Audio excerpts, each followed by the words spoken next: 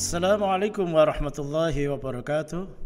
Alhamdulillahi rabbil alamin wassalatu wassalamu ala asrafil anbiya'i wal mursalin sayyidina habibina wa syafi'ina wa maulana Muhammad wa ala alihi washabihi ajma'in, amma ba'du. Para mahasiswa yang berbahagia, alhamdulillah pada pertemuan yang ketiga ini kita bisa bermuajah dalam perkuliahan dengan materi konsep ketuhanan dalam Islam, ya. Oke, kita lanjutkan konsep ketuhanan yang Maha Esa di dalam Islam. Bagaimana kita memahami itu? Siapakah Tuhan? Ya kan? Sejarah pemikiran tentang Tuhan, keimanan dan ketakwaan dan lain sebagainya. Nanti Anda bisa jawab di dalam pemikiran Anda. Anda lihat ada pemikiran ketuhanan dalam perspektif lain, ya. Ada Max Muller dan Taylor dalam teori evolusinya menyatakan bahwa proses dari kepercayaan yang amat sederhana menuju kepercayaan sempurna, ya, sehingga muncul dinamisme, animisme, politeisme, henoteisme dan monoteisme. Nah ini, ya, ini pemikiran ketuhanan.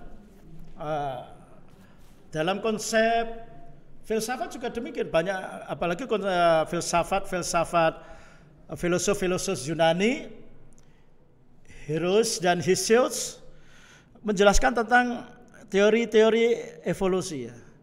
Kalau saya mengatakan teori evolusi kan Anda hanya kenal pada Charles Darwin, ya, seperti manusia ada itu adalah hasil evolusi, kan.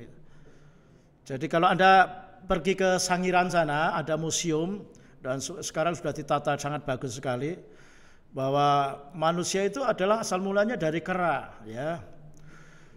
Kera berevolusi menjadi manusia tegak, ya.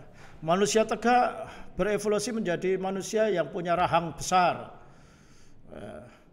Ya, sekarang berevolusi seperti kita sekarang lah. Nah sekarang kalau dikaitkan dengan ajaran Islam, evolusi manusia itu adalah dari min turab, min tin, konsep kejadian manusia. Kalau awal waktu Nabi Adam adalah dari tanah, ya. Tapi sekarang berkembang dengan proses perkembangan manusia itu adalah manusia, yaitu mulai proses evolusi, yaitu ada nutfah, mudghah, gitu, ya kan. Nah itu dikaji nanti dalam tertentu, ya. Mulai dari air yang menjijikan, terus menjadi segumpal darah, terus menjadi daging. Nah sekarang Anda lebih percaya evolusi Charles Darwin atau teori di dalam Al-Quran? Nah, terserah Anda. Nah ini Anda diberikan suatu kemerdekaan. Jadi kalau ada seseorang yang mempercayai adanya evolusi Charles Darwin, asal kejadian manusia, ya berarti ya percaya bahwa kita ini adalah anak turunnya monyet-monyet gitu, kan, gitu. Apa kita ya rela kalau kita nenek moyang kita adalah dari monyet, kan, ya enggak, kan. Nah itu adalah bisa dicerna atau bisa dianalisis dengan berbagai disiplin ilmu. Itu. Tapi saya mengatakan, apakah kita menolak teori evolusi Charles Darwin? Ya tidak menolak, dalam hal ini adalah sebagai khasanah ilmu saja. Tapi keyakinan kita tetap bahwa kita itu adalah dijadikan oleh Allah. Proses Nabi Adam dari tanah, proses berikutnya adalah mulai dari nutfah, ya, terus alaqah, manusia dijadikan dari air yang menjadikan, itu nutfah, terus menjadi alaqah. Alaqah itu adalah segumpal darah, mudghah itu adalah daging, gitu, ya. Baru dikasih tulang dan ditiupkanlah roh, menjadilah janin di dalam perut atau di dalam rahim seorang ibu. Terus pemikiran umat Islam, diskusi tentang Tuhan melahirkan ilmu tauhid, ilmu kalam dan ilmu usuluddin yang terjadi sejak wafatnya Rasul. Kemudian lahirlah aliran liberal yang disebut Mu'tazilah, Qadariyah. Ada aliran tradisional adalah Jabariyah, dan aliran tengah-tengah yaitu Asy'ariyah dan Maturidiyah. Itu, ya. Ini sebenarnya kalau dikaji sangat enjoy sekali ini, ya. Jadi kalau untuk memahami Islam tentang konsep ketuhanan itu Anda belajar ilmu tauhid, ilmu akidah. Ada ilmu kalam dan ilmu usuluddin. Ya, makanya kalau di Fakultas Ilmu Agama Islam itu yang namanya ilmu tauhid dikuati sampai dalam sekali, ya kan. Tauhid itu dari kata wahada yuwahidu tauhidan. Artinya mengesahkan Allah, gitu. Terus ternyata di dalam ilmu kalam ini berkembanglah suatu aliran, ya kan? Berkembanglah suatu ilmu. Ada golongan Mu'tazilah, Qadariyah. Ini sangat liberal sekali bahwa orang itu pinter itu adalah karena hasil kerja kerasnya. Tidak ada campur tangan yang maha kuasa, tidak ada campur tangan dari Allah. Loh gitu ya. Itu namanya pemikiran liberal yang didominasi oleh Mu'tazilah dan Qadariyah.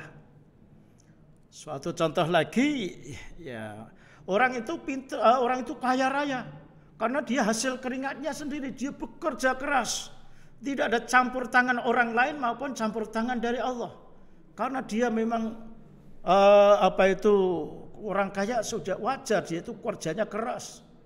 Nah itulah namanya pemikiran liberal yang didominasi tadi, terutama kaum Mu'tazilah. Ada kaum tradisional Jabariyah nih. Udah nggak usah sekolah, nggak usah kuliah, nanti kan jadi bisa makan. Nanti kalau Allah mentakdirkan orang jadi pinter ya pinter, ya. Nah, buktinya banyak sekali. Kalau nanti nggak usah kerja, nanti takdirkan menjadi orang kaya ya kaya. Ya. Ada orang orang menjadi kaya sesaat gitu ya. Siapa menyangka ya namanya Farel Prayoga yang menjadi kaya raya, sekarang menjadi miliarder gitu ya kan. Mungkin Anda akan nunggu nasib seperti itu. Itu namanya pemikiran Jabariyah gitu. Lah kita ini pemikiran kita adalah diliputi dengan ya wasaton yang di tengah-tengah Asy'ariyah dan Maturidiyah. Jadi selain kita ini ditakdirkan oleh Allah orang miskin, tapi kita tetap berusaha sehingga kita menjadi orang pintar, menjadi orang kaya itu ada campur tangannya Allah. Tadi sebutkan innallaha la yughayyiru biqaumin hatta yughayyiru bi anfusihim. Sesungguhnya Allah tidak akan merubah nasib suatu kaum kalau seseorang itu sendiri tidak mau merubahnya, ya kan? Nah ini konsep tengah-tengah, yaitu yang dipelopori oleh Asy'ariyah dan Maturidiyah dalam konsep ilmu kalam. Tapi kalau dalam konsep yaitu ilmu syariah, dia mengembangkan yaitu faham ahlus sunnah wal jamaah, yaitu orang yang selalu mengikuti sunnah-sunnah Rasul dan wal jamaah itu bisa dikatakan yaitu dan sunnahnya para sahabat. Ya. Disebutkan di situ adalah Rasul mengatakan ikutilah sunnahku dan sunnahnya para khulafaur rasyidin yang mendapatkan suatu petunjuk. Ini ya. Jadi dalam perspektif kita memahami Islam adalah orang Indonesia khususnya, orang-orang Asia Tenggara khususnya ini adalah sangat cocok sekali, yaitu menggunakan pola pemikiran Asy'ariyah dan Maturidiyah gitu ya. Mungkin ada mahasiswa yang a priori, saya tidak akan mengikuti faham Mu'tazilah, saya tidak akan mengikuti Jabariyah, saya tidak akan Asy'ariyah, saya punya konsep sendiri. Wah itu lebih sesat lagi saya mengatakan. Nah, itu ilmu yang sudah berkembang, terus Anda tahu-tahu bahwa manusia itu diwajibkan untuk ikhtiar, ya kan? Saya nggak ada kaitannya deh. Bahwa manusia diwajibkan ikhtiar dan Allah akan menentukan kita itu akan pada posisi di mana. Lah itu namanya konsep Asy'ariyah. Kalau Anda menolak Asy'ariyah gitu kan, namanya pembodohan ini. Ya. Terus keimanan dan ketakwaan, apa itu iman? Ya kan? Iman ini adalah disebut attitudes, ya, mental. Jadi iman seseorang itu baik iman itu kan disebutkan al-imanu yazidu wa yanqus. Iman itu kadang kalanya naik dan kadang kalanya turun. Yazid wa yanqus gitu ya. Dan yang namanya iman itu bisa berfungsi adalah tansibul isma wa tarfa'ul apa disebutkan tanbihul qalbi wa iqraru bil lisan wa af'alu bil a'mal. Sekali lagi, yang namanya iman bisa berfungsi adalah tanbihul qalbi wa iqraru bil lisan wa af'alu bil a'mal. Yaitu dimantapkan di dalam hati, diucapkan pada lisan dan dilaksanakan dalam suatu perbuatan. Itu adalah iman bisa berfungsi. Outputnya orang beriman dijelaskan dalam surat Al-Asr, alladzina amanu wa amilus sholihat. Iman seseorang baik kalau amal solehnya banyak. Amal solehnya baik. Tidak bisa dikatakan iman saya itu banyak dan tebal, tapi beribadah enggak mau, bermuamalah tidak mau dengan orang tidak baik dan sebagainya. Gimana orang bisa disebut imannya baik? Nah, gitu ya. Jadi sekali lagi dimensi iman itu demikian, ya.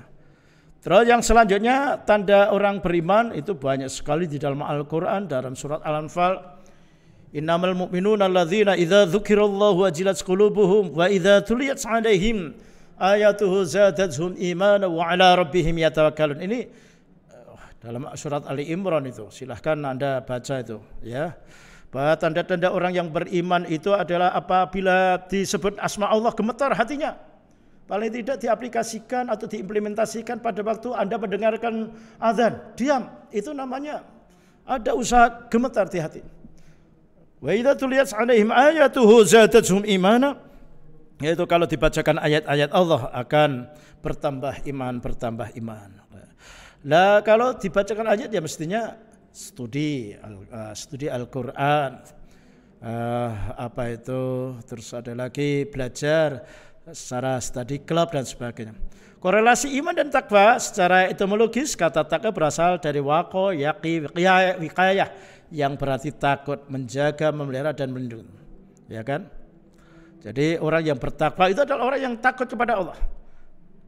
Dalam kaitannya dengan iman, maka takwa dapat diartikan sikap pemelihara keimanan yang diwujudkan dalam pengamalan ajaran-ajaran Islam secara utuh dan konsekuen. Ada amal solehnya secara istiqomah. Istiqomah itu aja gitu ya. Anda pada waktu mempunyai masalah, wah rajin ke masjid, ibadah, sholat tahajud, tapi begitu mendapat anugerah lupa. Itu namanya tidak istiqomah. Ya. Orang baca Yasin supaya istiqomah menjadi yasinan. Artinya itu dibudayakan terus. Tapi orang a priori, wah yasinan itu apa? Enggak ada dasarnya. Lah banyak orang enggak ngerti. Ditinjau dari bahasa, yaitu yang namanya yasinan, kataan itu adalah membudayakan untuk membaca surat Yasin. Orang membudayakan tahlil menjadi tahlilan. Nah, itu namanya beribadah secara istiqomah, gitu ya. Ini 5 indikator di dalam surat Al-Baqarah. Ya, banyak sekali ya. Nah, gitu. Ada mulafita dan sebagainya. Oke, para mahasiswa yang berbahagia, saya kira cukup apa yang kami sampaikan dan sudah melampaui jam yang sudah kami sampaikan. Mungkin nanti kita akan perdalam dalam suatu diskusi Zoom atau mungkin di luar kampus atau di luar perkuliahan. Nampaknya masih sangat antusias sekali. Saya kira cukup sekian. Sampai jumpa lagi dengan acara dan gelombang yang sama. Sekali merdeka, tetap merdeka. Wassalamualaikum warahmatullahi wabarakatuh.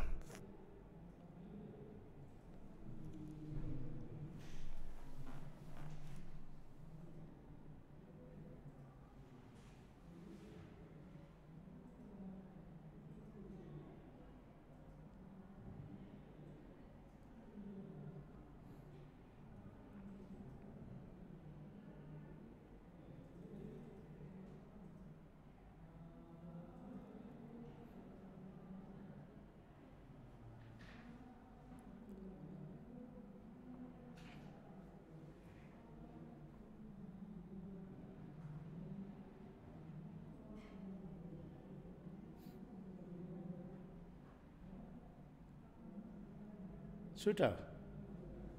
Operatornya lunga ki. Wes 3 dipaksa-paksa ya. Target 1 4 kok ya mau 3 ya udah.